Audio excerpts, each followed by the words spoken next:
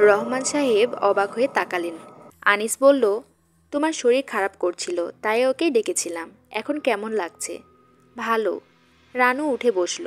রহমান সাহেবের দিকে তাকিয়ে মৃদুস্বরে বলল, এখন আমি ভালো। রহমান সাহেব তবু মিনিট 10 বসলেন। আনিস বলল, আপনি কি ছাদে দাপাদাপি শুনেছেন? সে তো রোজ শুনি, বাদুড়ের উৎপাত। আমিও তাই ভাবছিলাম, খুব জ্বালাতন করে। দিনে দুপুরে ঘর থেকে খাবার দাবার নিয়ে যায়।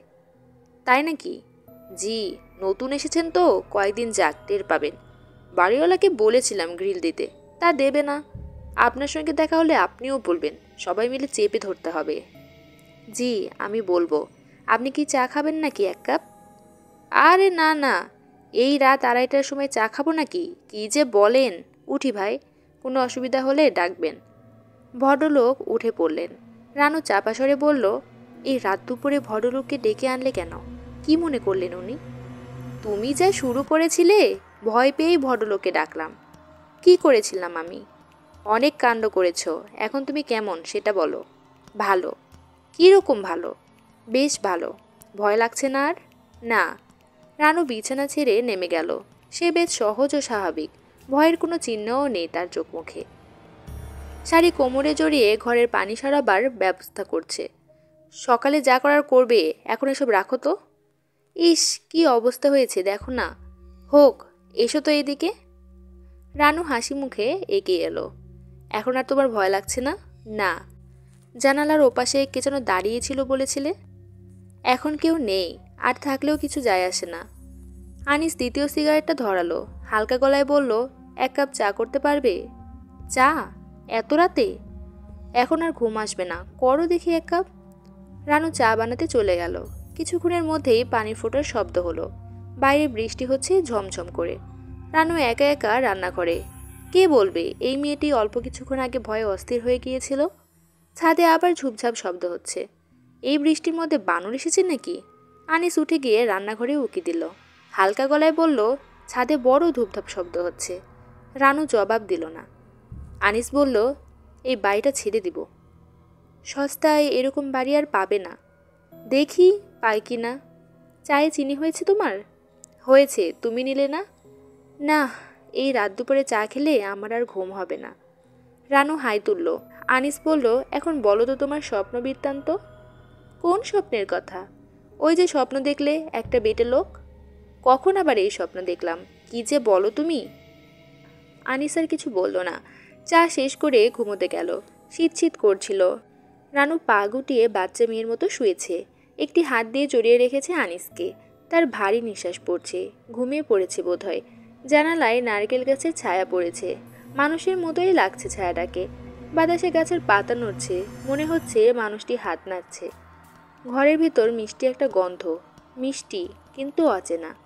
আনিস রানুকে কাছে টেনে আনলো। রানুর মুখে আলো এসে পড়েছে। কি যে মায়াবতী লাগছে। আনিস ছোট্ট করে নিঃশ্বাস ফেলল। ওদের বিয়ে হয়েছে মাত্র 6 মাস। আনিস এখনো অভ্যস্ত হয়ে ওঠেনি।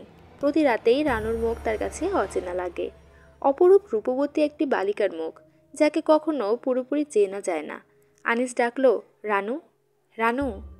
কোনো জবাব পাওয়া গেল না। গাঢ় ঘুমে আচ্ছন্ন রানু। আনিসের ঘুম এলো না। শুয়ে শুয়ে ঠিক করে ফেলল, রানুকে ভালো একজন সাইকিয়াট্রিস্টের কাছে নিয়ে যেতে হবে।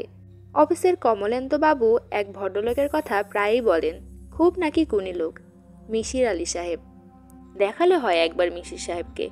রানু ঘুমের ঘরে খিলখিল করে হেসে উঠল। অপ্রকৃতস্থ মানুষের হাসি শুনতে ভালো লাগে না, গা ছমছম করে। ভদ্রলোকের বাড়ি খুঁজে বের করতে অনেক দেরি হলো। কাঁঠাল বাগানের এক গলির ভেতরে পুরনো ধাঁচের বাড়ি। অনেকক্ষণ কড়া নাড়াবার পর অসম্ভব রোগা এক ভদ্রলোক বেরিয়ে এলেন। বিরক্ত মুখে বললেন, কাকে চান? মিশির সাহেবকে খুঁজছি। তাকে কী জন্য দরকার? জি, আছে একটা দরকার। আপনি কি মিশির সাহেব? হ্যাঁ, বলেন, দরকারটা বলেন। রাস্তায় দাঁড়িয়ে সমস্যার কথা বলতে হবে নাকি? আনিস অস্বস্তি বোধ করতে লাগলো। কিন্তু ভদ্রলোকের ভাবভঙ্গি এরকম যে বাইরেই দাঁড় করিয়ে রাখবেন, ভেতরে ঢুকতে দেবেন না। আনিস বলল, ভেতরে এসে বলি। ভেতরে আসবেন? ঠিক আছে, আসুন। মিশির সাহেব যেন নিতান্ত অনিচ্ছায় দরজা থেকে সরে দাঁড়ালেন। ঘন অন্ধকার। 3-4টা বেতের চেয়ার ছাড়া আসবাবপত্র কিছু নেই। বসুন আপনি। আনিস বসল। ভদ্রলোক বললেন, আজ আমার শরীরটা ভালো না, আলসার আছে, ব্যথা হচ্ছে এখন, তাড়াতাড়ি বলেন কি বলবেন। আমার স্ত্রীর একটা ব্যাপারে আপনার কাছে এসেছি। আপনার নাম শুনেই এসেছি। আমার নাম শুনে এসেছেন? জি। আমার এত নাম ডাক আছে তা তো জানতাম না। স্পেসিফিক্যালি বলুন তো কার কাছে শুনেছেন? আনিস আমতা আমতা করতে লাগলো। ভদ্রলোক অসহিষ্ণু স্বরে বললেন, বলুন, কে বলল? আমাদের অফিসের এক ভদ্রলোক কমলেন্দু বাবু, আপনি নাকি তার বুড়ির চিকিৎসা করিয়েছিলেন। ও আচ্ছা, চিনেছি, কমলেন্দু। শুনেন, আমি ডাক্তার না, জানেন তো? জি স্যার, জানি। আচ্ছা, আগে এক কাপ চা খান, তারপর কথা বলবো। রুগীটি কে বললেন? আপনার স্ত্রী? জি। বয়স কত? 16-17। বলেন কি, আপনার বয়স তো মনে হয় 40-এর মতো, ঠিক না? আনিস শুকনো গলায় বলল, আমার 37। এমন অল্প বয়সী মেয়েকে বিয়ে করেছেন কেন? এটা আবার কেমন প্রশ্ন? আনিসের মনে হলো কমলেন্দুবাবুর কথা শুনে এখানে আসাটা ঠিক হয়নি। ভদ্রলোকের নিজেরই মনে হয় মাথার ঠিক নেই। একজন অপরিচিত মানুষকে কেউ এরকম কথা জিজ্ঞেস করে? বলুন বলুন, এরকম অল্প বয়সী মেয়েকে বিয়ে করলেন কেন? হয়ে গেছে আর কি। বলতে চান না বোঝা যাচ্ছে। ঠিক আছে, বলতে হবে না। চার কথা বলে আসি, চা খেয়ে তারপর শুরু করব। ভদ্রলোক আনিসকে বাইরে বসিয়ে ভেতরে চলে গেলেন। তারপর আর আসার নামগন্ধ নেই। 8-9 বছরের একটা বাচ্চা মেয়ে এক কাপ দারুণ মিষ্টি স্বর ভাষা জানিয়ে চলে এলো। তারপর আর কোনো সাড়া শব্দ নেই। দেখতে দেখতে সন্ধ্যা হয়ে যায়। আনিস বেশ কয়েকবার কাশলো, 2বার গলা উঁচিয়ে ডাকলো, বাসায় কেউ আছেন? কোনো সাড়া নেই। কী ঝামেলা! কমলেন্দুবাবু অবশ্য বারবার বলে দিয়েছেন, এই লোকের কথাবার্তার ঠিক ঠিকানা নেই। তবে লোকটা অসাধারণ। আনিসের কাছে অসাধারণ কিছু মনে হয়নি। তবে চোখের দৃষ্টি খুব তীক্ষ্ণ, এইটি অবশ্য প্রথমেই চোখে পড়ে। আর দ্বিতীয় যে জিনিসটি চোখে পড়ে সেটা হচ্ছে তার আঙুল। অস্বাভাবিক লম্বা লম্বা তার সবকটা আঙুল। এই যে, অনেকক্ষণ বসিয়ে রাখলাম। না, ঠিক আছে। ঠিক থাকবে কেন? ঠিক না। লোকটি এই প্রথমবার হাসল, থেমে থেমে বলল, আলসার আছে তো, ব্যথায় কাহিল হয়ে শুয়েছিলাম, অমনি ঘুম এসে গেল। আমি তাহলে অন্য একদিন আসি? না, এসেছেন যখন বসুন। চা দিয়েছিল? জি। বেশ, এখন বলুন কি বলবেন। আনিস চুপ করে রইল। এটা এমন একটা ব্যাপার যা চট করে অপরিচিত কাউকে বলা যায় না। ভদ্রলোক শান্ত স্বরে বললেন, আপনার স্ত্রীর মাথা ঠিক নেই, তাই তো? জি না স্যার, মাথা ঠিক আছে। পাগল নন? জি না। তাহলে আমার কাছে এসেছেন কেন? মাঝে মাঝে সে অস্বাভাবিক আচরণ করে। কীরকম অস্বাভাবিক? ভয় পায়, মাঝে মাঝেই এরকম হয়। ভয় পায়? তার মানে কি? কিসের ভয়? ভূতের ভয়। ঠিক জানেন ভয়টা ভূতের? জি না, ঠিক জানি না, মনে হয় এরকম। ভদ্রলোক একটি চুরুট ধরিয়ে খক খক করে কাশতে কাশতে বললেন, বার্মা থেকে আমার এক বন্ধু এনেছে, অতি বাজে জিনিস। আনিস কিছু বলল না। তবে এই ভদ্রলোকের স্টাইলটি তার পছন্দ হলো।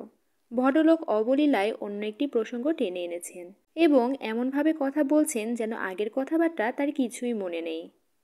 এরকম চুরুট 4-5টা খেলে যক্ষা হয়ে যাবে, আপনাকে দেব একটা? জি না। ফেলে দিতে মায়া লাগে, তাই খাই।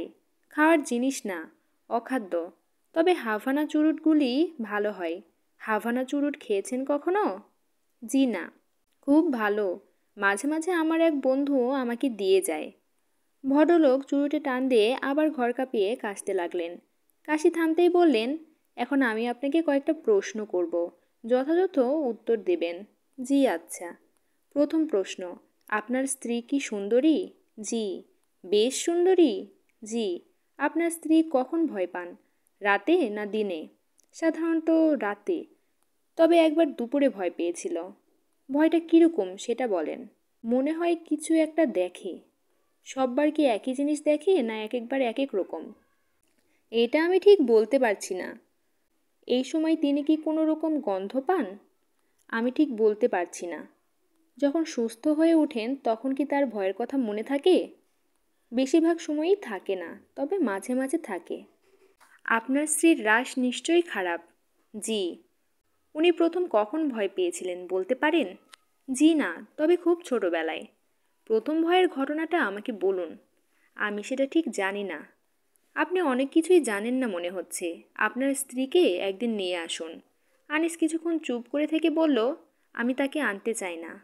কেন চান না? সে খুব সেনসিটিভ। সে যদি টের পায় যে তার অস্বাভাবিকতা নিয়ে আমি লোকজনের সাথে আলাপ করছি, তাহলে খুব মন খারাপ করবে।